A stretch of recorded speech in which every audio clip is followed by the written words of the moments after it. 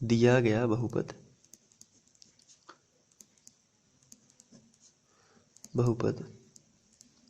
इसको हम px ले लेते हैं। px बराबर x घन धन x वर्ग धन x धन 1। इसको आप माना भी लिख सकते हैं, माना px बराबर, उसमें कोई टेंशन वाली बात नहीं है। और गुणनखंड जो दिया गया है वो लिख लेते हैं। गुणनखंड जो दिया गया है वो है x धन 1। तो आपको लिखना है गुणनखंड की जांच हेतु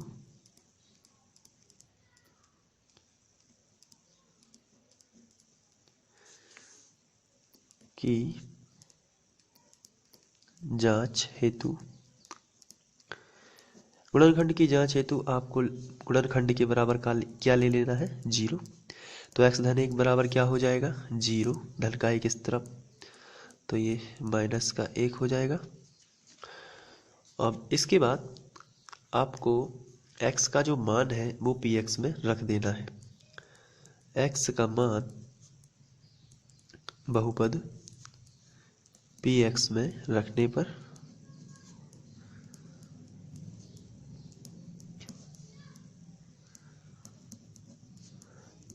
चलिए रख देते हैं। बहुपद px आपके सामने है, p, इसके बाद x की जगह पर -1 बराबर -1 का घन प्लस x वर्ग यानी -1 का वर्ग प्लस x यानी -1 और प्लस 1। ये हमारा मान लग गया है। इसके बाद आगे बढ़ते हैं। p -1 बराबर, यहाँ ऋण 1 के ऊपर 3 की घात है, तो इसका मतलब मैंने आपको समझाया था, अगर सम संख्या की घात है तो आप उसे, और मैं एक बार फिर से बता देता हूँ, यहाँ ऋण 1 गुणित ऋण 1 गुणित ऋण 1 लिखा है अगर, तो इन दोनों को सॉल्व कर लेते हैं पहले। ऋण ऋण का हो जाएगा धन, 1 एकम 1 गुणित ऋण 1, तो ये हो जाएगा धन, और ऋण का ऋण 1 एकम 1। तो मैं इसलिए समझा देता हूँ ताकि आपको कोई भी दिक्कत ना हो। और यहाँ विषम संख्या की घात है तो वैसे ही मैंने ट्रिक बताई थी आपको, -1 ही आएगा। प्लस यहाँ सम संख्या की घात है तो +1 ही आएगा। प्लस माइनस का माइनस, 1 + 1, तो ये इस तरीके से हो जाएगा। अब इसके बाद इसको सॉल्व करते हैं आगे। p -1 बराबर -1 और +1, -1 और +1, ये आ गया 0।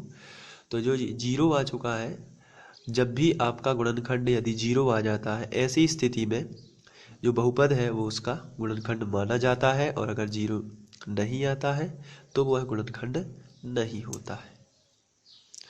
तो आपको लिख देना है, अतः x धन 1 बहुपद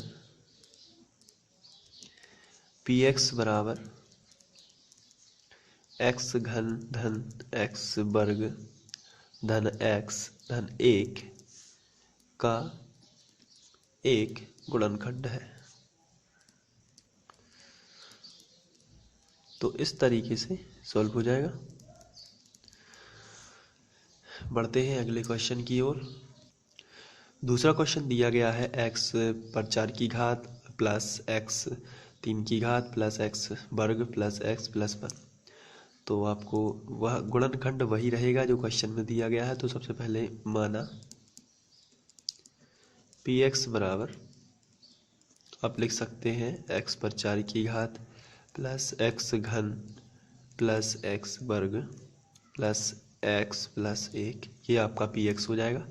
और जो गुणनखंड दिया हुआ है ये वाला गुणनखंड वही रहेगा जो क्वेश्चन में है, x धन 1।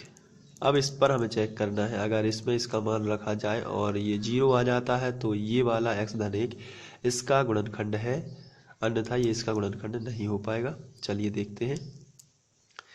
आपको लिखना है गुणनखंड की जांच हेतु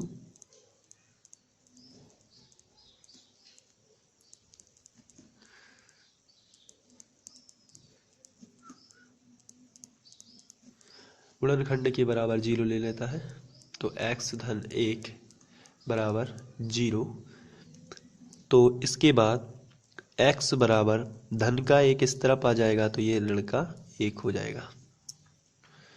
अब जब ये ऋण का 1 हो गया है तो इसको वहाँ रख देते हैं। बहुपद पी एक्स में हम लोग पहले से ही करते आ रहे हैं, तो लिखेंगे एक्स का मान बहुपद पी एक्स में रखने पर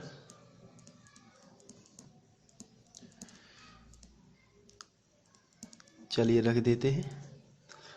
तो पी एक्स ये रहा, तो ऋण 1 है सबसे पहले, तो p कोष्टक में रख देते हैं ऋण 1 बराबर x पर 4 की घात है तो हम रखेंगे ऋण 1 पर 4 की घात, प्लस लगा है तो प्लस, x पर 3 की घात है इसलिए हम रखेंगे ऋण 1 पर 3 की घात, प्लस x पर वर्ग लगा है इसलिए हम रखेंगे ऋण 1 का वर्ग, प्लस x लिखा है तो -1 ब्रैकेट में और +1।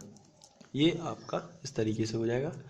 अब इसको सॉल्व कर लेते हैं। ऋण 1 पर सम संख्या की घात है तो 1 ही आएगा, प्लस का विषम की है तो माइनस का 1 हो जाएगा, सम की है तो प्लस का 1 हो जाएगा, और धन और ऋण का ऋण 1 + 1, माइनस प्लस कैंसिल, फिर ये प्लस माइनस कैंसिल तो 1 बच गया है, तो ये प्लस का जो 1 बचा है ये इससे जो है शेषफल 0 नहीं आया है तो गुणनखंड नहीं होगा।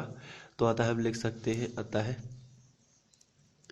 x धन 1 बहुपद पी एक्स, और पी एक्स के बराबर आप लिख भी सकते हैं वो पूरा बहुपद जैसे मैंने पहले क्वेश्चन में लिखा था, का गुणनखंड नहीं है। गुणनखंड जो होगा वो नहीं होगा, गुणनखंड नहीं है, आप नहीं है लिखेंगे क्योंकि शेषफल क्या आया है, 0 नहीं आया है। बढ़ते हैं अगले क्वेश्चन की ओर। अगला क्वेश्चन दिया हुआ है x पर 4 की घात प्लस 3x घन धन 3x वर्ग प्लस x धन 1, तो हल, और आपको लिख लेना है माना, और माना में आपको वही लिखना है जो दिया हुआ है। पी एक्स बराबर जो बहुपद है उसको आपको लिख लेना है x पर 4 की घात प्लस 3x घन प्लस 3x वर्ग प्लस x प्लस 1, ये हमारा माना हो जाता है। इसके बाद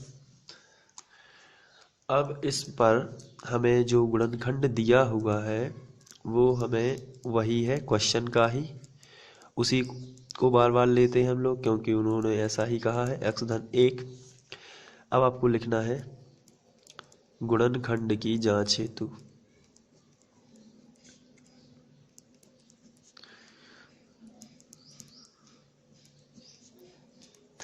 गुणनखंड की जांच हेतु आप गुणनखंड के बराबर 0 ले लेंगे तो x धन 1 बराबर आ जाएगा 0, धन का 1 उस तरफ चला जाएगा तो ऋण का 1 हो जाएगा, तो ये गुणनखंड की जांच है तो -1 हो जाएगा। अब आपको क्या करना है, x का मान बहुपद पी एक्स में रख देना है,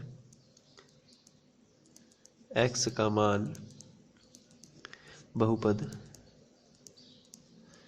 पी एक्स में रखने पर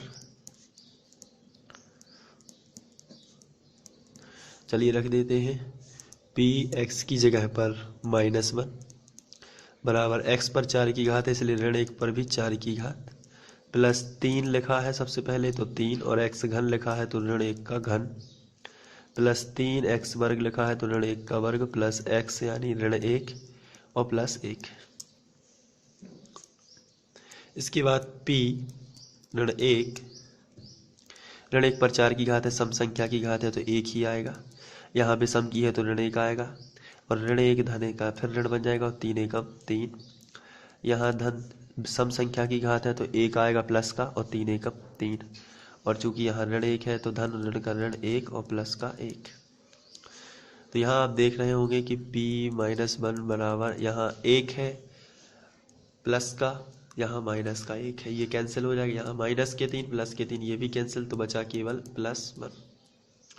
तो इस हिसाब से ये p-1 जो है +1 बन जाएगा, और ये जो है यहाँ 0 नहीं आया है तो आप कह सकते हैं कि ये जो है गुणनखंड नहीं है, तो ये इसका गुणनखंड नहीं होगा।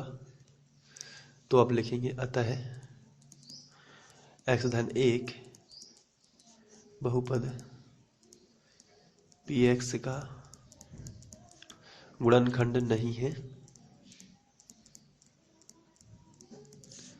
गुणनखंड नहीं है। इस तरीके से ये आपका आंसर आ जाएगा, तो ये गुणनखंड नहीं है। चलिए बढ़ते हैं अगले क्वेश्चन की ओर। इसके बाद चौथा क्वेश्चन दिया हुआ है, तो इसको हम लिख लेंगे इस तरीके से। और इसके बाद आपको गुणनखंड दिया हुआ है, वो भी आपको लिख लेना है। गुणनखंड दिया है x-1। अब चूंकि गुणनखंड की हमें जांच करना है, इसलिए आपको लिखना है गुणनखंड की जांच हेतु।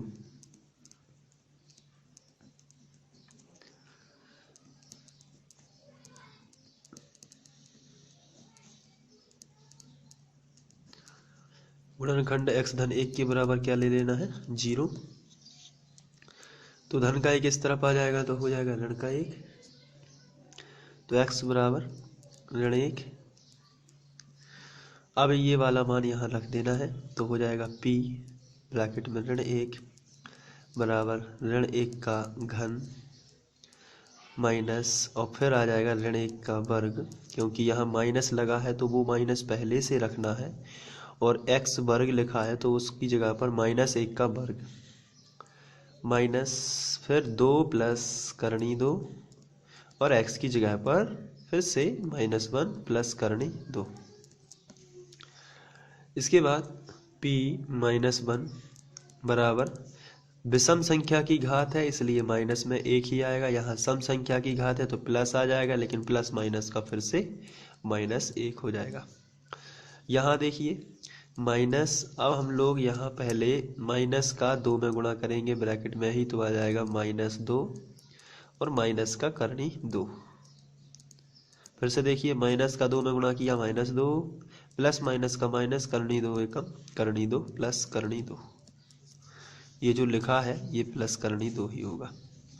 इसके बाद p -1 बराबर -1 अब ये माइनस का गुणांतर हो जाएगा, तो माइनस माइनस हो जाएगा +2, माइनस माइनस हो जाएगा प्लस करनी 2, और 1 करनी 2 बाहर पहले से ही है। तो हो जाएगा p -1 बराबर -1 हो जाएगा -2 +2 प्लस करनी 2 और प्लस करनी 2। माइनस प्लस के कैंसिल, इसलिए 0 प्लस 1 करनी 2 1 करनी 2 हो जाएगा 2 करनी 2। तो इसलिए ये जो है ये 0 नहीं आ पाया है। इसका फाइनली आंसर आएगा 2 करनी 2, जो कि 0 नहीं है। आता है जो x-1 है वो बहुपद px का गुणनखंड नहीं है, बहुपद px का गुणनखंड नहीं है।